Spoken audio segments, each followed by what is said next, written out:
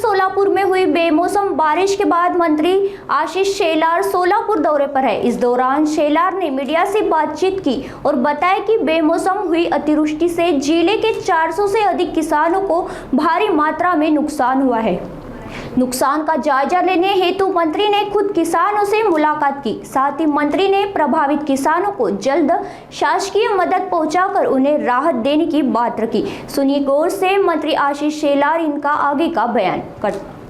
मला ज्यावेळेला माहिती कळाली की परवाला अतिवृष्टी किंवा अवकाळी म्हणून वारं ज्या पद्धतीने वाहिलं त्यामध्ये इथल्या बागेचं मोठं नुकसान झालं आणि फळपिकाचंही मोठं नुकसान झालं। तेव्हा मी म्हटलं जरा आपण इथे शेतकऱ्यांना भेटलं पाहिजे। झालेल्या नुकसानाच्या बद्दल शासकीय यंत्रणा जागृत करून पंचनामे करणं, शासनाच्या निर्णयाप्रमाणे आमच्या बागायतदाराला शेतकऱ्याला त्या ठिकाणी मदत मिळणं आणि त्याचं झालेलं नुकसान हे खूप मोठ्या प्रमाणात आहे। त्यामुळे सरकार दरबारी या सगळ्यातली माहिती सुद्धा देणं आणि शासन निर्णयामध्ये अजून काय मदत करता येऊ शकेल या सगळ्यासाठी मी स्वतः या बागेत आलो।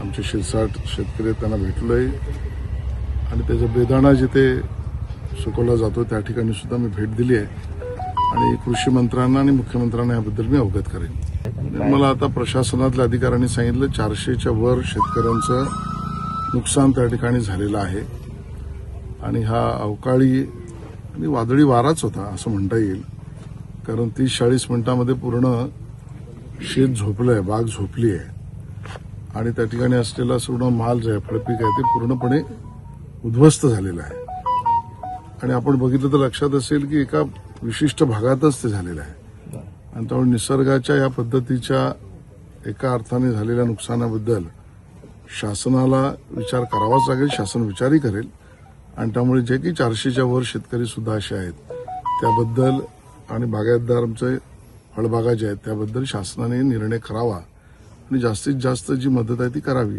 अशीच भूमिका आमची राहील। मला असं वाटतं की संबंधित विभागाशी मी नक्की बोलेन आणि हे तर खरंच आहे, झालेलं नुकसान हे खूप मोठं आहे।